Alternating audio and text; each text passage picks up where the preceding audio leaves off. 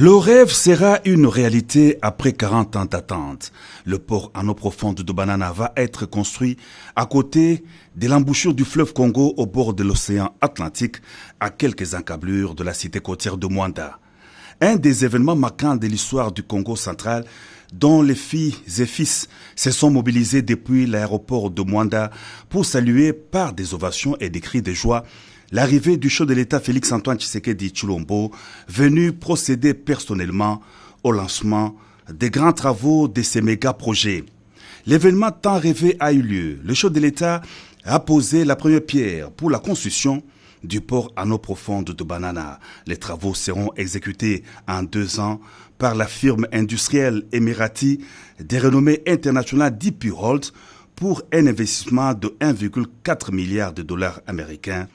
Une des retombées de la visite officielle du président de la République aux Émirats arabes unis en octobre 2021.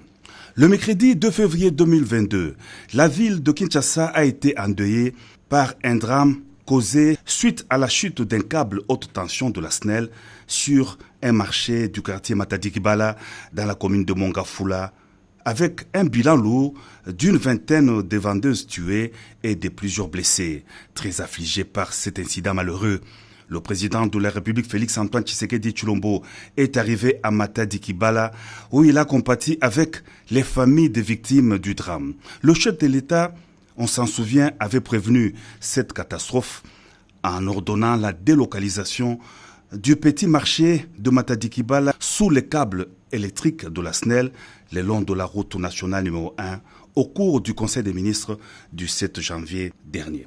Il se tiendra le 24 février prochain à Kinshasa un sommet du mécanisme régional des suivis de l'accord cadre d'Addis Abeba. Les sujets étaient au centre des échanges que le président de la République Félix-Antoine Tshisekedi Tshilombo a eu avec l'envoyé spécial du secrétaire général des Nations Unies dans les Grands Lacs Wang Zia, qu'accompagnait la représentante spéciale du secrétaire général à RDC Bintou Keïta. La délégation onusienne a présenté au chef de l'État les condoléances suite au drame survenu au marché de Matadi-Kibala causant la mort d'une vingtaine de femmes vendeuses.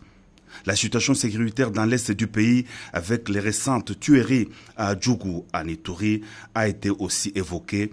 Le président de la République en a appelé au renforcement de la coopération politique et sécuritaire pour mieux garantir la paix et la stabilité dans l'est du territoire national, a indiqué l'envoyé spécial du secrétaire général Antonio Guterres.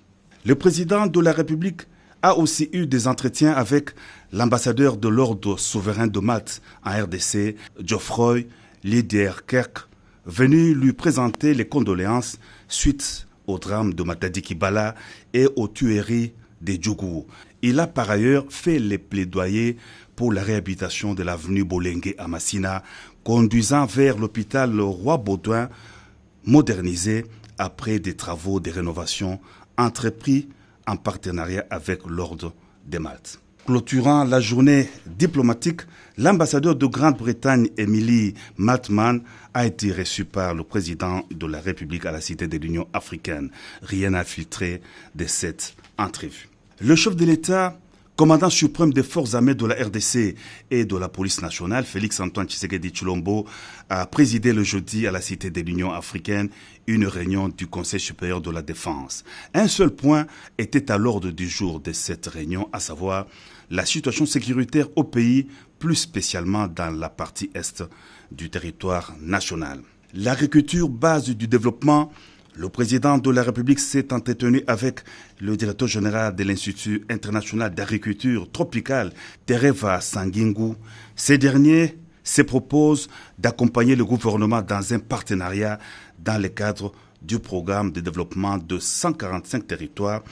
Il sera question d'exploiter toutes les ressources disponibles pour une transformation de l'agriculture, a-t-il indiqué au sortir de cette entrevue. Et puis l'artiste et musicien Lokwa Kanza honore le président de la République dans son nouvel album intitulé Moko.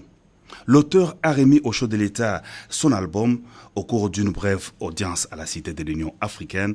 Cette œuvre musicale contient un opus sur la mandature du président de la République Félix-Antoine Tshisekedi Tshilombo à l'Union africaine a souligné Lokwa-Kanza devant la presse.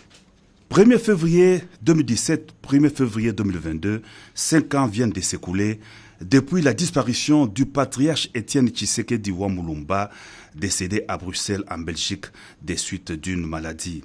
Au nombre de grandes manifestations commémoratives de ce douloureux événement, le président de la République, les enfants et les membres de la famille se sont joints à l'assistance en la cathédrale Sainte-Anne de la Gombe pour une messe d'action de grâce en mémoire de l'illustre disparu, le père biologique du chef de l'État.